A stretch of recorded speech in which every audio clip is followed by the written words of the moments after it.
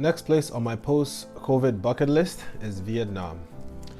Whenever I see online or on Instagram or YouTube something about a specific country, and it might be one thing, and I just get it stuck in my head and it just makes me want to travel to that place. So I saw a couple things from Vietnam and I decided I have to make a trip there. The first thing that caught my attention, I saw a picture of Hanoi train street in Vietnam, in Hanoi. This is what it looks like. And the first time I saw it, I was like, this is crazy, is this real? And it is real. It caught my attention and I decided I just have to go to Vietnam just to see that. So it's pretty much a train track in the middle of a neighborhood. So I gotta go there for one reason, I have to take a picture for the gram, obviously.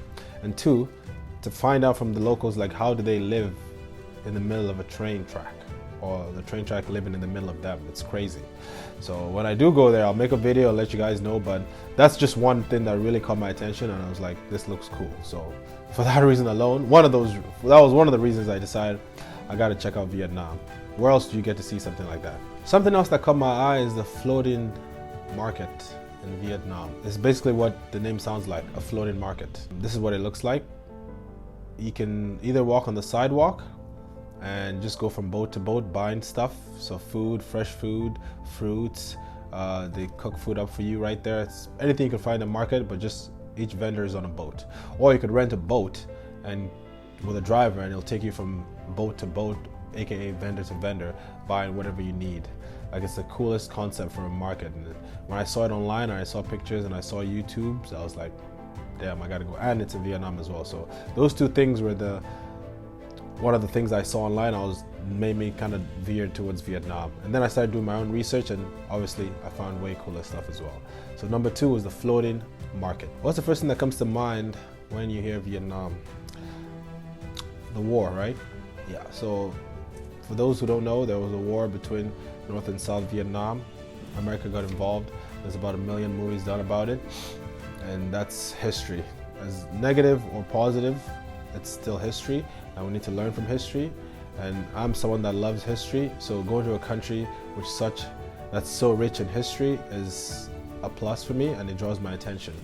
So I'd like to go there to talk to people, find out those who are still alive or people whose family members or lives were affected, which most likely everybody in the country's lives were affected by the Vietnam War, and just to get from their perspective and just see the buildings, museums, anything related to the war and the history behind all that. So the history of Vietnam is one of the major reasons I want to go there as well. Obviously I love food, as you can tell. So my next point is the food. I always love going to places for the food. Like, I'll go to a whole country just to eat. So Vietnamese food is one of my favorite types of food. Has anybody here had Vietnamese food? If you haven't, you need to get your life together and try that shit. Vietnamese food is dope. So imagine going to the country where they actually make the food, so the authentic Vietnamese food, and for way cheaper than we buy it for here. So that alone is a reason for me to book that ticket. And speaking of cheap, this brings me to my next point. My fifth point of why Vietnam is next on my list is the cost of living. So I've mentioned before in my videos, I don't get paid to travel. So all my money that I use for traveling is all mine. So you gotta go to places that are cost effective. $1 Canadian is about 17,000 dong, Vietnamese dong. Their money is called dong. So to put in perspective for you guys, well, first of all, like $1, I did some of my research online. $1 to $5 is about, you can get meals for that amount. Obviously you find stuff for cheaper, obviously you find stuff more expensive, but that's just the range. And to put in perspective for you guys, you can rent a house, like a 1-bedroom apartment or condo for $400, so that's pretty cheap. Take a look at this Airbnb here. Just guess how much it is per night. Well, whatever you guessed, you're wrong. It's $16 a night, so it's a pretty cheap country to visit.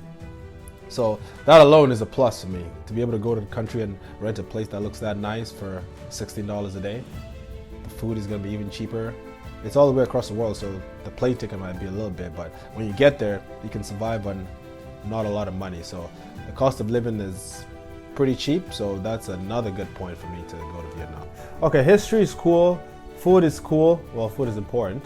History is cool, all these sites are cool, but like we're on vacation, so we want to go to a nice beach.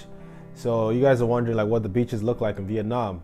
Well, Bahamas, Cuba, Bora Bora, Maldives, sorry, all these places that you guys think have great beaches, Vietnam is not lacking either. This is Star Beach, this is Long Beach, and this is just two of the many beaches in Vietnam. So this country has everything. It has great beaches like these two. So this country is not lacking for anything. So if I missed anything else out of all the stuff that Vietnam has to offer, please make sure you leave a comment about it. Like, subscribe, share the video if you did enjoy it. And that ends another episode of my post-COVID bucket list. Thank you guys.